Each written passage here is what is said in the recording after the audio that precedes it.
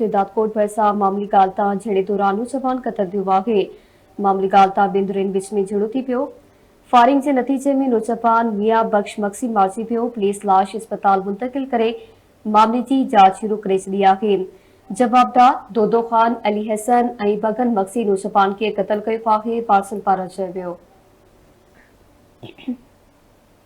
सिद्धार्थकोट भरिसां मामूली ॻाल्हि तां झेड़े दौरान नौजवान क़तल थियो आहे। कोट चांडरामो में मामूली ॻाल्हि तां ॿिनि धुरियुनि विच में झेड़ो थी पियो। फायरिंग जे नतीजे में नौजवान मियां बख्श मक्सी मारिजी वियो।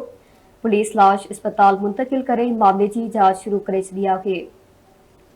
वारसनि मूजिबि जवाबदार दोदो ख़ान, अली हसन ऐं बगन मक्सी नौजवान खे क़तल कयो।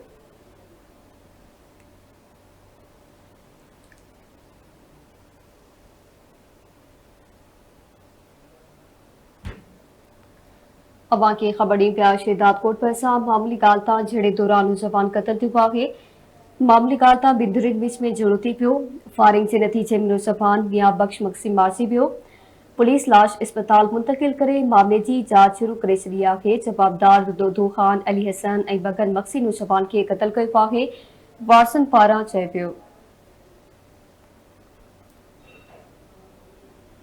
तफ़सील मक़नासी सिद्धार्थकोट मां सदाम सोलंकी खान जी। सदाम आगा किशोर। कोट चांडरामो जिते मामूली ॻाल्हि तां जेको आहे त चांडरामा बिरादरी जे ॿिनि धुरियुनि में झेड़ो थी पियो, जंहिं ते जवाबदारनि जेको आहे त फायरिंग करे 30 साला नौजवान मियां बख्श वलद मोहम्मद उमर मक्सी खे थॾे ते क़तल करे छॾियो आहे। जॾहिं त वारसनि ॿुधाईंदे थियो आहे त जवाबदार दोदो ख़ान, अली हसन ऐं बगन मक्सी असांजे नौजवान खे बेगुनाह मामूली ॻाल्हि ते जेको आहे त गोलियूं हणी क़तल करे फरार थी विया आहिनि ऐं उन्हनि लेवीज़ पुलिस जी फोर्स असिस्टेंट कमिश्नर फहद शाहराज खां मुतालबो कयो आहे त फौरी तौर ते कातिलनि खे गिरफ़्तार करे मक़तूल सां इंसाफ़ कयो वञे।